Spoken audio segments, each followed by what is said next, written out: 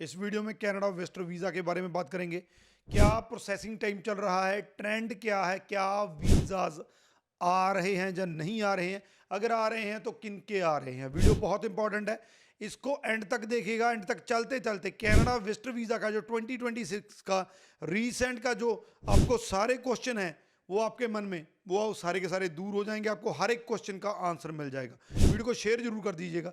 उससे पहले हमारा यूट्यूब चैनल जरूर सब्सक्राइब कर लीजिए, क्योंकि इस पे आपको ऐसी ही लेटेस्ट इन्फॉर्मेटिव वीडियोस देखने को मिलती है। तो बात करते हैं कनाडा विजिटर वीज़ा के ट्रेंड और प्रोसेसिंग टाइम की। इससे पहले मैं आपके साथ 4 वीज़ाज विजिटर वीज़ा जो हमारे रिसेंटली आए हैं वो शेयर करूंगा, ताकि आपको क्लियर हो जाए कि क्या प्रोसेसिंग टाइम है और कैसे वीज़ा आए हैं। सबसे पहले नितिन और गुरजीत हैं, ये अबू धाबी से हैं। ये अपनी जो है जो इनकी डॉटर है वो कनाडा में है, उसकी कॉन्वोकेशन है, उसके लिए वीज़ा डाला था। 2 रिफ्यूज़ल थे जब हमारे पास आए थे। 75 डेज में वीज़ा आया है। कई वीज़ा ऐसे होते हैं, जैसे इन्होंने अबू धाबी से अप्लाई किया तो उस तरीके से इनका प्रोसेसिंग टाइम उस तरीके से 75 डेज चला गया।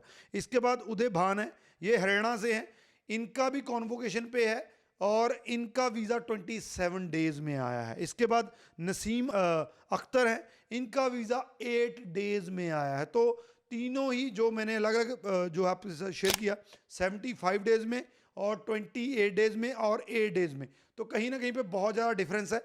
लेकिन अगर हम ऑफिशियल टाइम की बात करें तो कनाडा का ऑफिशियल टाइम जो है विजिटर वीज़ा का वो 20 डेज चल रहा है। मोटा मोटा अगर हम सबको देखते हैं तो 20 टू 25 डेज, अगर आपने विजिटर वीज़ा की फाइल रख रखी है तो 20 टू 25 डेज में आपका वीज़ा आ सकता है।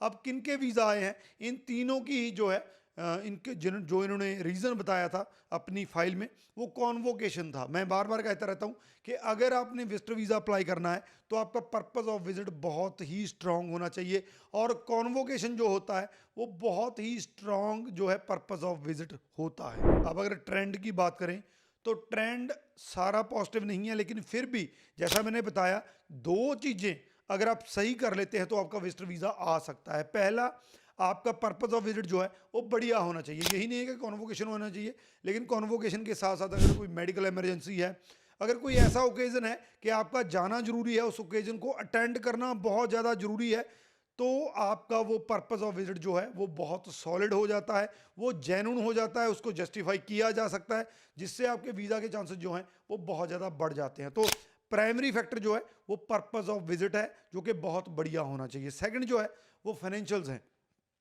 आपके फाइनेंशियल्स बहुत बढ़िया होने चाहिए। 3 चीज़ें हैं जो आपके फाइनेंशियल्स में लगती हैं। सबसे पहले जो आप फंड शो करते हैं अपनी फाइल में, फंड का मतलब ये है कि आपके पास कनाडा आने जाने का, वहाँ पे स्टे करने का प्रॉपर अरेंजमेंट है, खर्चा है, आपके पास इनफ फंड है कि आप कनाडा की जो आपकी विजिट है उसको कवर कर सकते हैं। दूसरा जो है वो आपकी एनुअल इनकम होती है, जिसको हम ITR भी कह देते हैं। तो आपकी जो इनकम टैक्स रिटर्न है वो प्रॉपर फाइल होनी चाहिए, कम से कम 2 या 3 साल की ITR होनी चाहिए। जिस हिसाब के आप फंड दिखा रहे हैं उस हिसाब की आपकी एनुअल इनकम भी होनी चाहिए। इसका मतलब ये है कि मान लीजिए आपने 15 लाख के फंड दिखाए हैं तो कम से कम 5-7 लाख रुपए आपकी इनकम होनी चाहिए।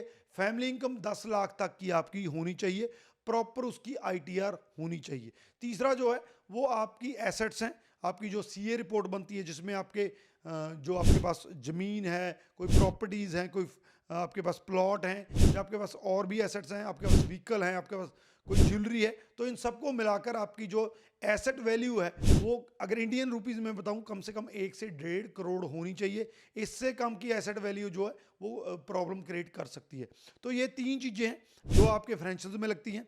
फाइनेंशियल जितने बढ़िया होंगे आपके उतने ही विजिटर वीज़ा के चांसेस ज़्यादा हैं। तो 2 चीज़ें नोट कर लीजिए, पहला पर्पस ऑफ विजिट है और दूसरा फाइनेंशियल्स है। अगर ये स्ट्रांग है आपके वीज़ा चांसेस बहुत बढ़िया है। तो ये नहीं है कि विजिटर वीज़ा नहीं आ सकता है। अगर आपके पास बढ़िया पर्पस है, आपका जाना जरूरी है, तो आपका विजिटर वीज़ा लग सकता है। आपकी फाइल बढ़िया प्रेजेंट की हुई है, कवर लेटर आपने बहुत प्रॉपरली लिखा है, सारी प्रेजेंटेशन सही है, तो आपके विजिटर वीज़ा आने के चांसेस बहुत बढ़ सकते हैं। बाकी अगर विजिटर वीज़ा के रिगार्डिंग कोई आपका डाउट है तो हमें कांटेक्ट कर लीजिए।